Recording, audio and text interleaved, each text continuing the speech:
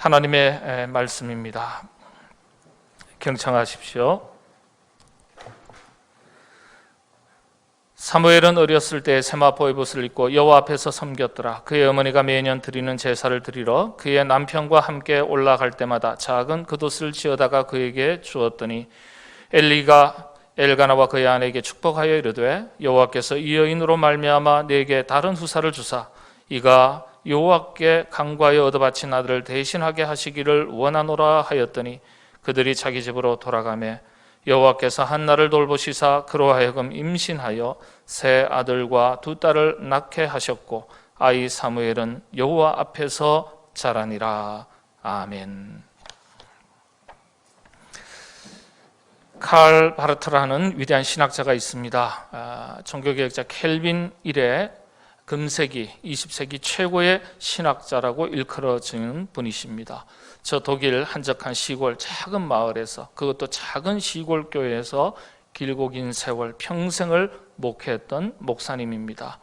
목사님이 되신 이후에 혼자 공부해서 말씀을 잘 들여다보고 참 성령님의 감동하에 깊이 성찰하고 깊이 살펴서 로마서 강해라는 책 한 권을 썼습니다. 그런데 이 책이 19세기, 20세기 전 세계 최고의 유명한 책이 되었고, 그리고 이것 책으로 말미암아 칼 바르트는 목사님이지만은 신학자로 일컬어집니다. 아주 깊이 있는 성경 해석에 관한 딱 책 한 권으로 유명해진 분이십니다. 이분이 음악을 참 좋아했는데 특별히 모차르트 음악을 좋아하셨습니다. 나는 천국에 가서 제일 만나고 싶은 사람이, 여러분 누구십니까? 여러분 누구세요? 내가 가장 사랑했던 사람, 그리운 사람 만나고 싶겠죠. 자, 그런데 이 칼 바르트 목사님이 나는 천국에 가서 제일 만나고 싶은 사람이 모차르트다, 그렇게 얘기했습니다. 물론 예수님을 만나는 것은 당연한 일이고 예수님과 함께 모차르트와 함께 산책을 한다면 얼마나 좋겠는가, 그런 얘기를 했습니다. 저도 음악을 좋아하지만은 그렇게 깊이가 없어서 대충 70, 80 세대 대중가요 수준이라서 모차르트의 음악 세계를 어떻게 잘 알 수 있겠습니까만은 칼 바르트가 이야기하기를 베토벤은 천국에 가면 조금 곤란할 것 같다, 그렇게 이야기했습니다. 우리말로 인기가 별로 없을 것이다, 그런 뜻이죠. 왜냐하면 베토벤의 음악은 여러분도 잘 아시는 대로 조금 우울하고 슬픈 기조가 있어서 그런 것 같습니다. 베토벤이 그런 음악을 하게 된 삶의 스토리, 배경이 있죠. 지독한 가난한 집안에서 태어났고 자랐고, 그래서 제대로 된 교육도, 음악 교육도 제대로 받지 못했습니다. 본인도 나중에는 귀가 거의 들리지 않은 상태에서 음악을 하다 보니까 그런 우울한 음악을 할 수밖에 없었던 것 같았습니다. 반면에 모차르트는 아주 밝고 경쾌하고 정서적으로 아주 안정감 있는 음악을 하게 됩니다. 그래서 사람들의 우울증을 치료하는 음악, 태교 음악의 상당한 부분이 바로 모차르트의 음악을 가지고 합니다. 그래서 모차르트의 음악은 천국을 위해서 만들어진 음악이다, 이렇게 칼 바르트 목사님이 그렇게 말을 하셨습니다. 성경에는 많은 천사들이 등장하는데 각각 역할에 따라서 이름이 다릅니다. 전쟁을 담당하는 천사 이름이 뭔지 아시나요? 마스크가 면죄부가 되지는 않습니다. 미가엘입니다. 미가엘, 전쟁을 담당하는. 들어보셨죠? 좋은 소식을 전하는 천사는요, 이것도 모르고 저것도 모르시고, 가말리엘, 많이 들어보셨죠? 그러면 병을 고치고 치료하는 천사는요, 치료하다, 라파엘입니다. 라파는 힐링, 엘은 하나님. 천사가 메신저니까 치료하는 라파엘 하나님, 라파엘 천사입니다. 그런데 신기하게도 미술과 음악과 같은 예술을 담당하는 천사의 이름이 라파엘입니다. 참 놀랍죠. 그러니까 성경에 이미 답이 다 있는 거예요. 성경에 답이 있어요. 미술과 음악의 기능 중에 바로 사람을 치료하는 힘이 있음을 성경을 통해서 우리가 알 수 있습니다. 음악 치료, 미술 치료 등과 같은 학문의 분야가 얼마나 지금 발전해 있는지 모릅니다. 우리나라 여러 대학에 이미 학부과정, 석사, 박사과정에 미술치료, 음악치료 과정이 다 있습니다. 유럽과 미국은요, 벌써 수십 년 전부터 이 분야에 학문적인 열매들이 있고 발전을 해왔어요. 코로나19 시절에 사람들의 입에서 자연스럽게 노래가 나오는 시대가 아니라 신음과 한숨이 나오는 시대를 살아갑니다. 이런 시대에 세상에 노래와 웃음을 줄 수 있는 그런 교회가 되는 것이 중요하고, 웃을 일이 별로 없는 세상에서 다른 사람을 웃게 하는 사람으로서 사는 것이 그리스도인들이 해야 될 일이라고 믿습니다.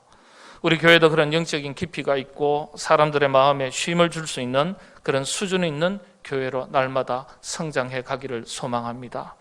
그런 일에 여러분들이 중심이 되시고 주인공들이 되시기를 바랍니다.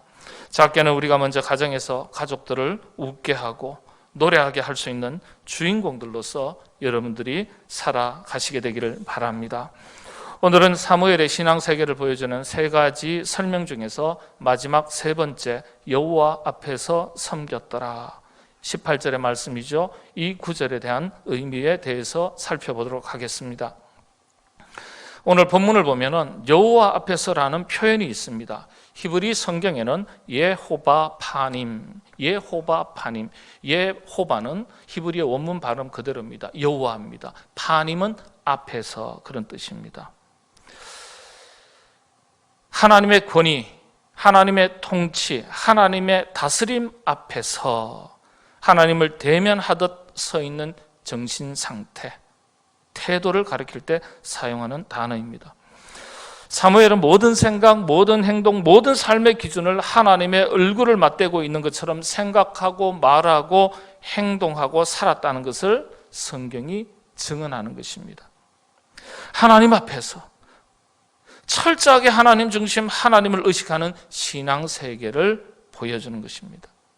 사람을 의식하거나 상황을 의식하거나 환경을 의식하거나 그런 것이 아니라 모든 일에 가장 앞서서 하나님을 먼저 의식하고 하나님 중심으로 살아가는 영적인 태도를 이끄는 말입니다. 이런 말이 있습니다. 우리가 어디에 서 있느냐 하는 의식과 태도가 곧 우리의 신앙이다. 다시 말씀을 드립니다. 우리가 어디에 서 있느냐 하는 의식과 태도가 곧 우리의 신앙이다. 하나님 절대 주권 사상에 기반을 둔 정신입니다. 중세 종교개혁 시대에 이런 정신을 가리켜서 코람데오 정신이라고 말했습니다. 코람데오, 하나님 앞에서, 그런 뜻입니다. 코람, 어디 앞에서, 데오, 데오스, 하나님이라는 뜻이죠. 오늘 본문 예호바 파님이라는 말과 동일한 의미입니다. 제 신학 동기 모임 이름이 코람데오입니다. 코람데오, 하나님 앞에서. 하나님 앞에 서 있는 것처럼 우리 평생 목회하자, 그런 뜻으로 이름을 지었는데 가만히 보면 저는 물론이고요, 각자 자기 고집대로 지 성질대로 다 목회하는 것 같아요. 하여간 정신은 하나님 앞에서, 하나님 앞에 서 있는 것처럼 살아가려는 것입니다. 사무엘의 삶의 특징을 지어서 설명할 때 일반적인 경우라면은, 여러분 오늘 18절 말씀을 보시면 사무엘은 어렸을 때에, 어릴 때를 말합니다. 그리고 세마포 에봇을 입고, 그에 걸맞는 구별된 옷을 입고, 그리고 어렸으니까 어떻게 표현돼야 되겠습니까? 자랐더라, 이렇게 표현해야 합니다. 어린아이에게는 자라간다는 말이 매끄럽지 섬긴다는 말은 어색한 표현입니다. 그런데 성경은 자랐더라라는 표현 대신에 섬겼더라라는 표현을 먼저 사용합니다. 물론 21절에 보면 사무엘은 여호와 앞에서 자라니라 그랬습니다. 인간적인 측면을 말하고 18절은 영적인 측면을 말합니다. 어린아이는 섬기는 사람이 아니죠. 그런데 섬겼다고 기록합니다. 왜일까요? 이게 성경이 우리에게 주는 메시지예요. 영적인 교훈입니다. 섬기는 것도 여러분 훈련입니다. 어려서부터 안 되면 커서도 잘 안 돼요. 신앙의 훈련은요, 어려서부터예요. 물론 다른 모든 교육도 마찬가지입니다만은 어려서부터 섬김의 훈련을 받고 자라서 평생을 여호와 하나님을 섬겼기 때문에 사무엘의 전 생애를 다 포함해서 그 특징을 이렇게 표현한 것입니다. 사무엘은 어렸을 때 세마포 에봇을 입고 여호와 앞에서 섬겼더라. 여러분, 한때 열심히 섬겼던 것, 한때 열심히 봉사한 것, 한때 헌신했던 것 가지고서는 그렇게 표현할 수가 없는 거예요. 특히 사랑을 나누고 베풀고 실천하는 것도 어려서부터 체질화시켜야 돼요. 예호바 파님, 라틴어로 바꾸면 코람데오, 같은 의미니까 코람데오 신앙, 코람데오 정신이라고나 할까요? 이 의미를 살피면 오늘 사무엘이 여호와 하나님 앞에서 섬겼다는 이 말의 표현의 영적인 의미를 정확히 알 수 있습니다. 한번 살펴보도록 하겠습니다. 코람데오는 말씀드린 대로 라틴어입니다. 중세시대는 기본적으로 라틴어 성경을 사용했습니다. 그런데 이 코람데오라는 용어는 종교개혁자들의 깃발의 언어다, 그런 수식어가 붙어 있습니다. 종교개혁자들이 뭘 아주 종교개혁의 일성의 그 일성을 외치지 않습니까? 그런데 그 깃발 들고 흔드는 거예요. 예.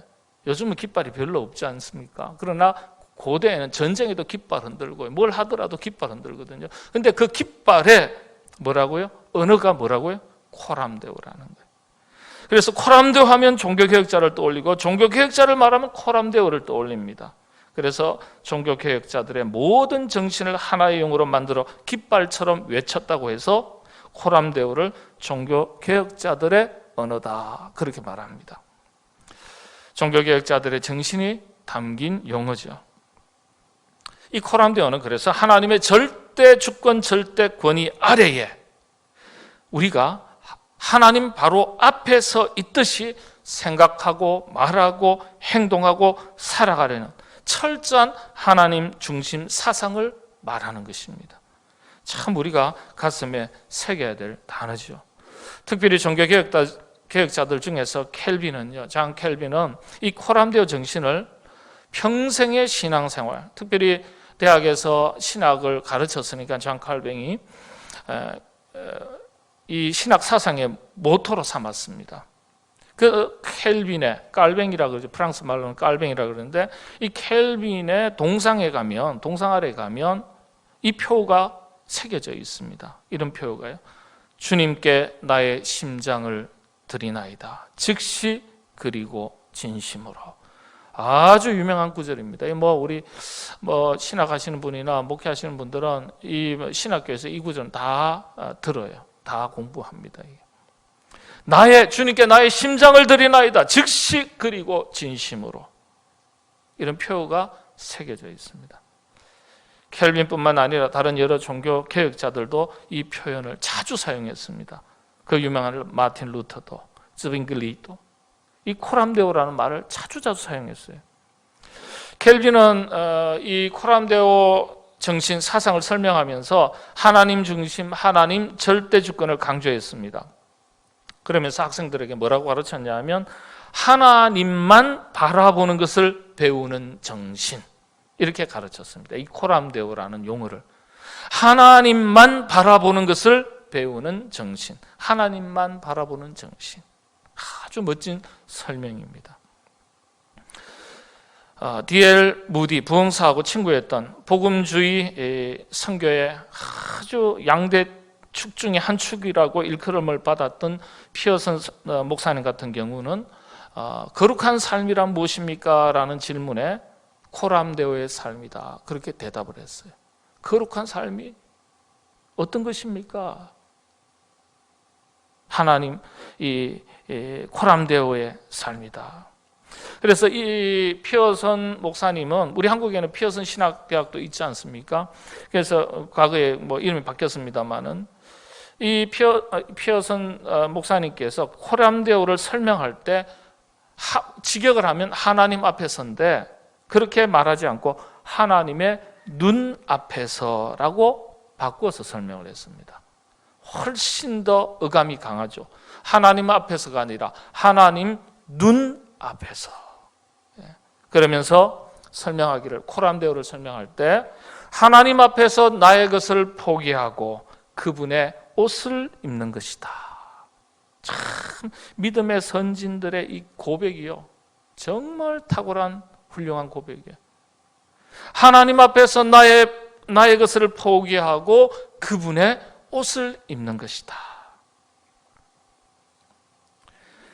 종교개혁자들은 이 코람데오 정신을 설명할 때 네 가지로 설명을 했습니다. 네 가지 의식 정신이라고 하겠습니다. 우리 모두 꼭 기억하고 실천하실 수 있기를 바랍니다. 첫 번째는 죄인 의식입니다.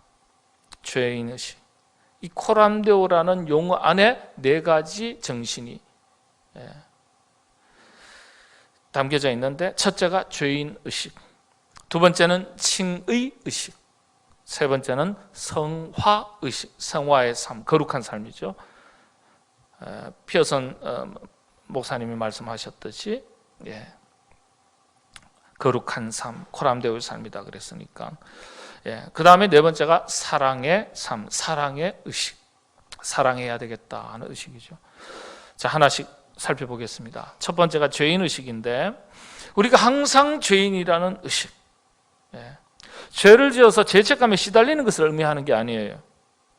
우리 자신이 죄로 인해서 우리 스스로의 힘으로는 도저히 우리 자신을 구원할 수 없는 연약한 존재라는 사실을 깨닫는 것을 말하는 거예요. 그게 죄인 의식이에요. 우리 스스로는 도저히 구원받을 수 없는 존재라는 사실, 이 사실을 깨닫는 순간 하나님의 구원의 은총을 찾고 구하게 되는 것이죠. 구원자 예수 그리스도를 구하고 찾는 거예요. 하나님을 찾는 거예요. 그래서 죄인의식이 없으면 구원받아야 할 존재라는 자의식이 생기지 않습니다. 그리스도인들은 그래서 이 죄인의식이 구원의식으로 연결되는 거예요. 그래서 아주 도덕적으로 윤리적으로 아주 정의롭게 깨끗하게 참 순수하게 살아간 사람들이 신앙생활 하기가 어려워요. 왜 그렇죠? 내가 잘못한 게 뭐 있는데, 내가 얼마나 바르고 정직하게 순수하게 그렇게 살려고 노력했는데, 우리 보고 죄인이라 그러면 죄의식이 잘 안 되는 거예요. 안 생기는 거예요. 여러분, 우리가 죄인이지만은 구원이라는, 영생이라는 선물을 받은 것에 대해서 여러분 정말 기뻐하고 감사하는 삶을 살아가시게 되기를 바랍니다. 신앙은 여기에서부터 시작되는 거예요.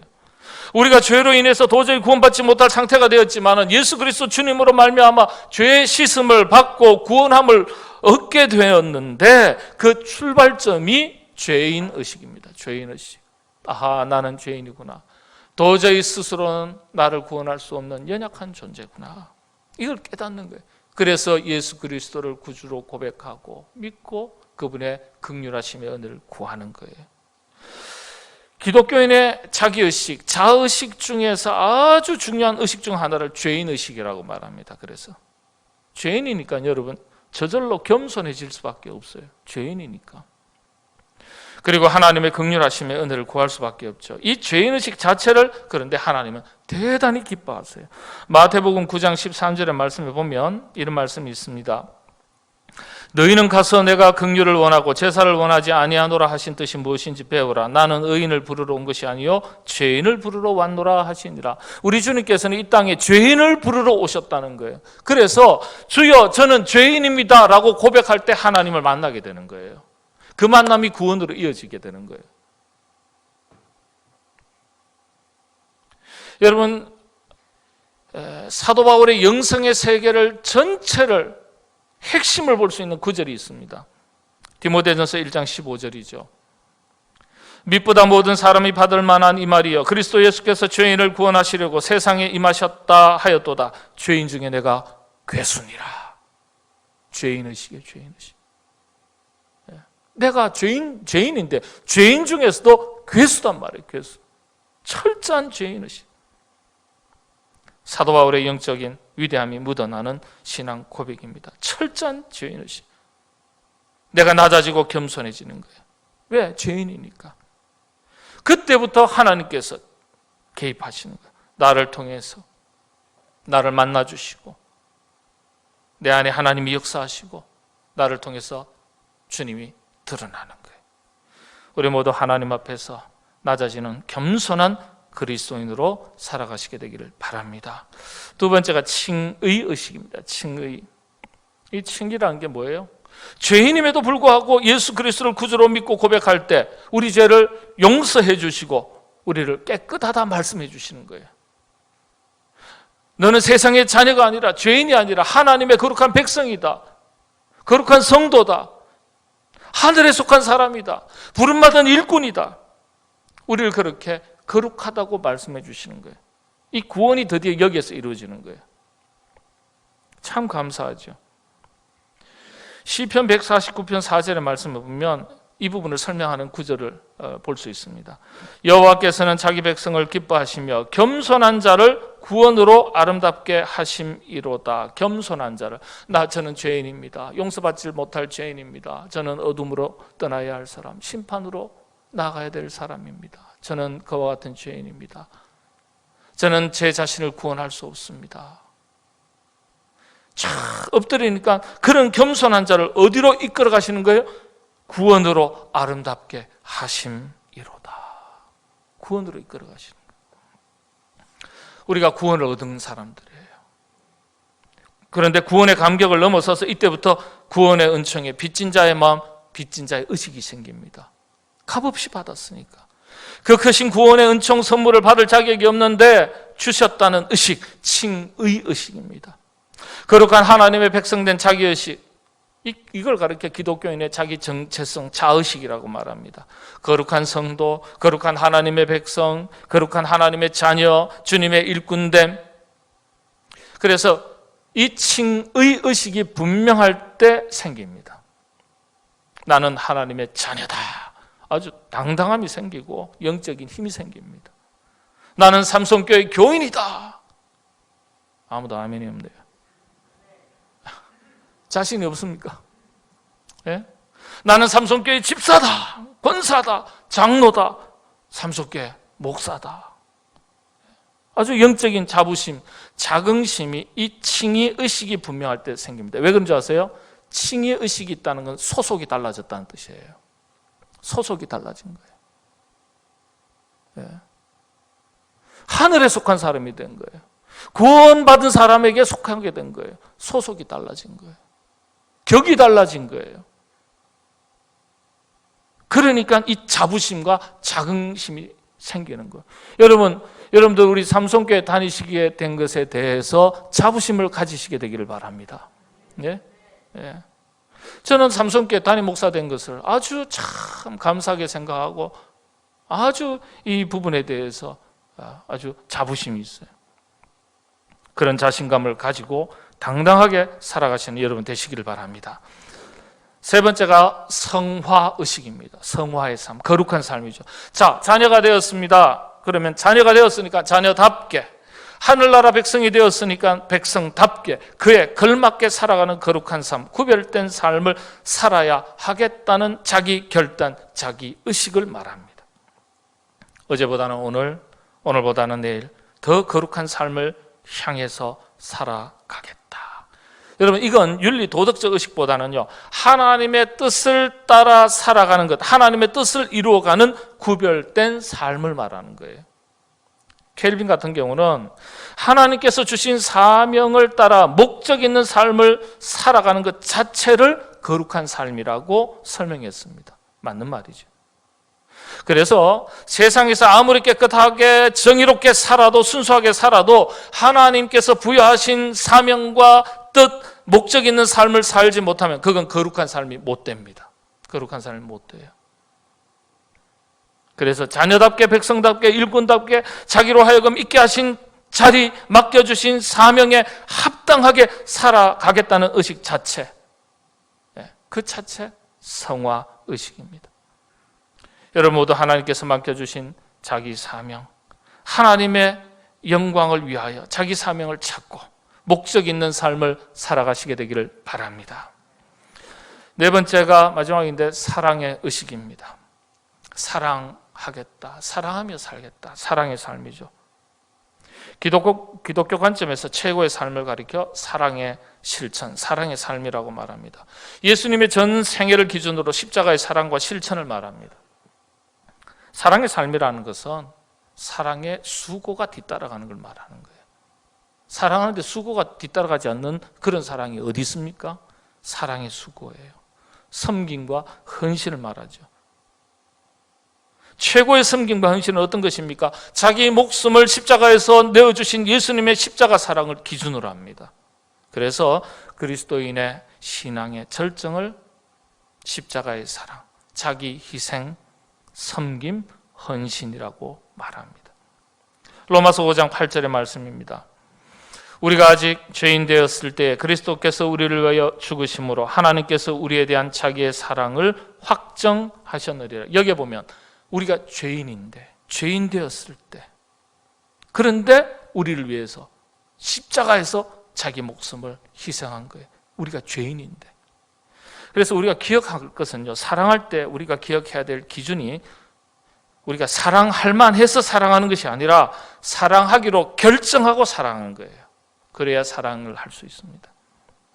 여러분의 마음에, 여러분의 기준에 맞아서 그때부터 사랑하겠다고 말한다면 평생을 가도 사랑 못합니다.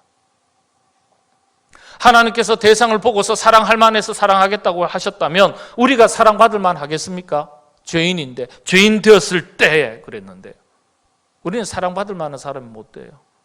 어둠으로 떠나가야 될 사람이고 버림받아도 마땅할 사람이고 심판으로 나가야 될 사람인데, 우리를 죄인 되었을 때 우리를 사랑하기로 결정하시고 성육신하시고 그리고 우리를 구원하신 거예요. 십자가 사랑으로.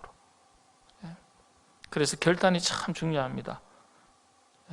사랑할 만해서 사랑하는 것이 아니라 사랑하기로 결정하고 결단하고 사랑하는 거예요. 말씀을 정리합니다. 섬겼더라. 사랑의 수고, 사랑의 삶이죠. 그러니까 이게 사무엘의 생애의 절정을 이야기하는 겁니다. 그리스도인들에게는요, 이 섬기는 것, 사랑하는 것, 나누고 베푸는 헌신, 이게 자연스러워야 돼요. 당연하게 느껴져야 돼요. 이게 사랑의 실천으로서 코람데오 정신 중에 하나이기 때문에 그렇습니다. 우리는 그리스도인으로서 하나님 앞에서 사랑의 사도로, 일꾼으로 살아가는 사람들입니다. 예수 그리스도를 본받아. 여러분, 예수 믿는 티가 언제 납니까? 그리스도인으로서 예수 믿는 티가 언제 나죠? 길 가다가 성경책 딱 들고 가면 저 사람 저 예수쟁이구나, 저 교회 다니는 분이구나, 그리스도인이구나, 티가 나죠. 성경책 들고 다니면. 물론입니다. 그런데 성경책 들고 다닐 때 티가 나는 게 아니라 섬길 때, 사랑할 때 예수 잘 믿는 티가 납니다. 그런 티가 나야 돼요. 그리스도인은 우리는요, 받은 것이 많은 사람들입니다. 못 받았다고, 없다고 말하지 않으시기를 바랍니다. 하나님의 놀라운 사랑을 받았고 구원의 은총을 선물로 받았습니다. 값없이 선물로 받았습니다. 그것을 은혜라고 말합니다. 받은 것이 많기 때문에 흘려 보낼 수 있어야 됩니다. 예수 믿는 것, 잘 믿는 것 다른 것 아닙니다. 받은 그 사랑 함께 나누면 됩니다. 하나님의 은혜가 아닌 것이 없는데, 그런데 문제가 있습니다. 무슨 문제입니까? 받은 은혜가 너무나도 큰데 자각이 안 되는 거예요. 자각이 없어요. 두 번째는 받은 은혜를 잘 흘려보내지 못한다는 문제입니다. 마치 수원지는 풍부한데 물이 흘러가지 못하는 것이나 다름없는 거예요. 그런 인생들이 있습니다. 우리가 흘려보내지를 못하는 거예요.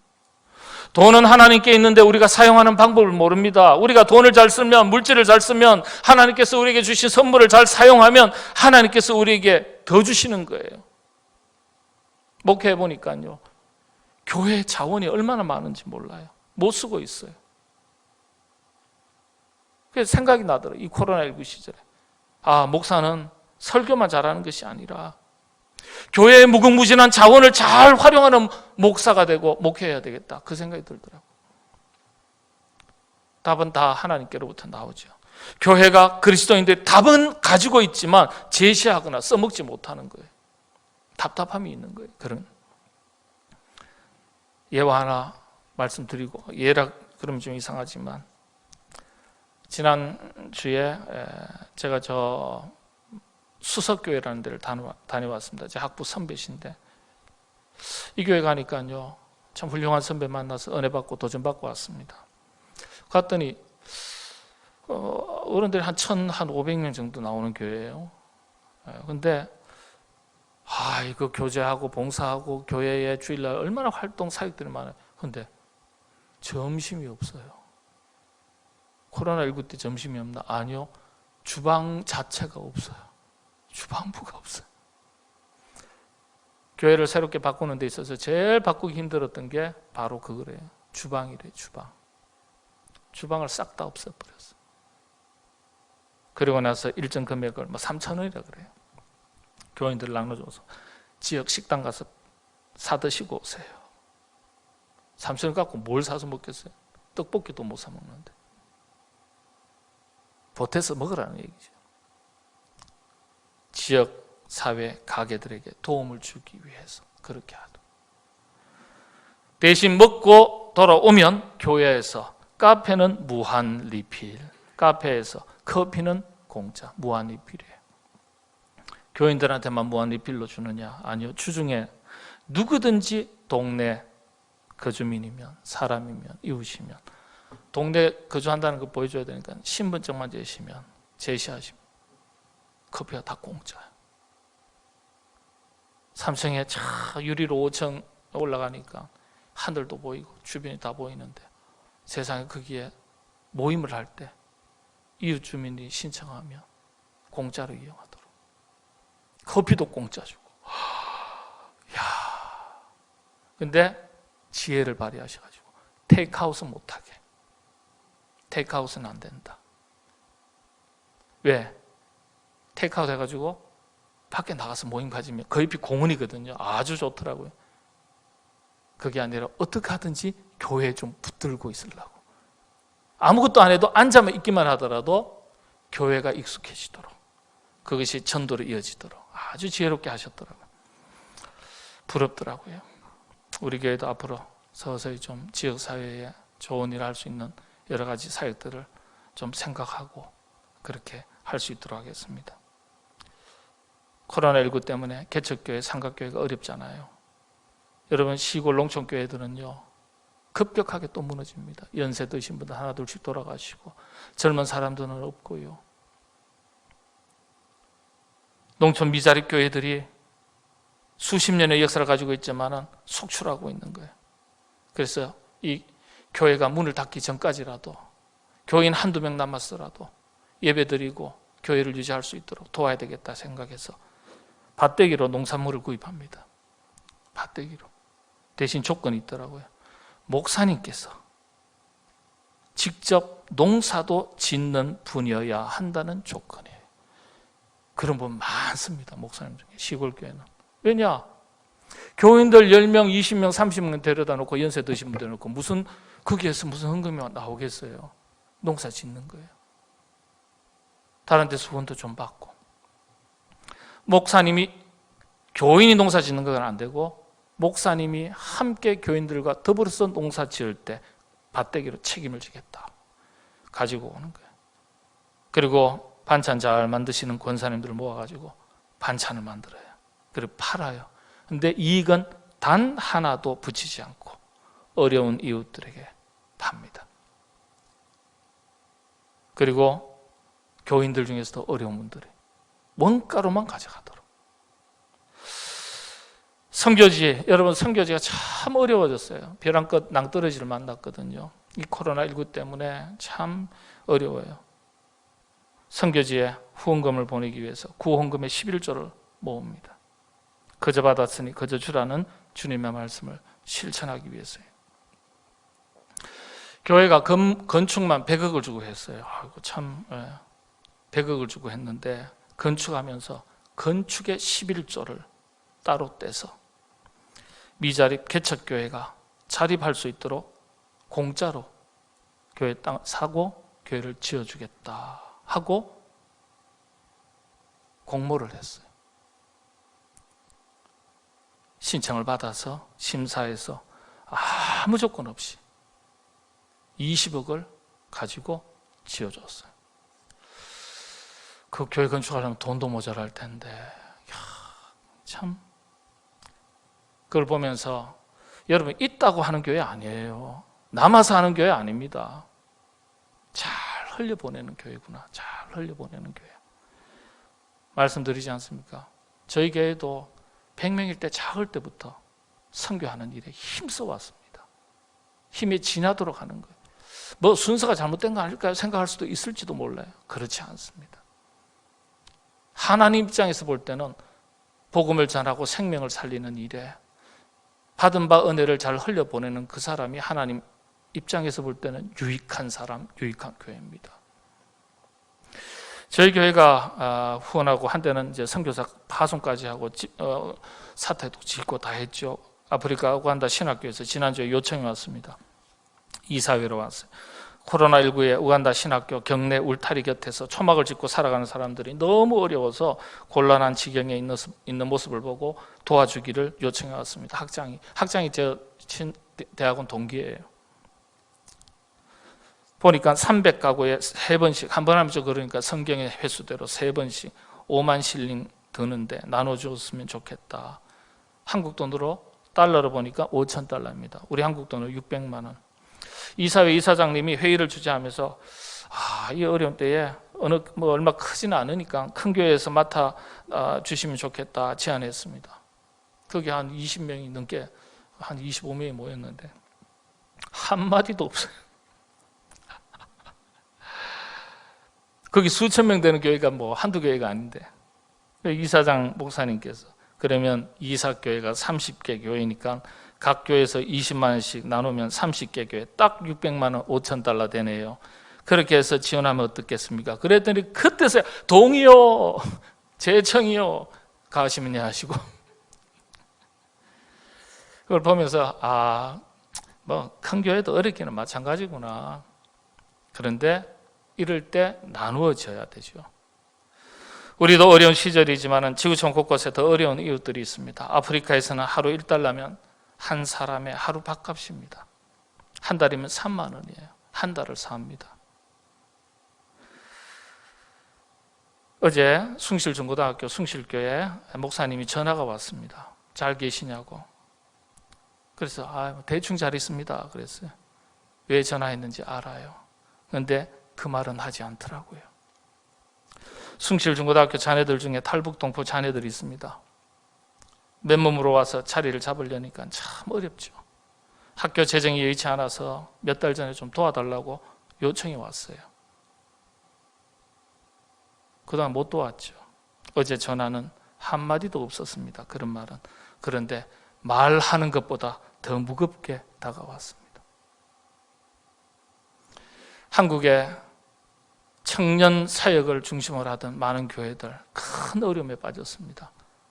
청년들이 직장을 잃고 청년들이 무슨 돈이 있어서 청년 사역을 감당하겠어요?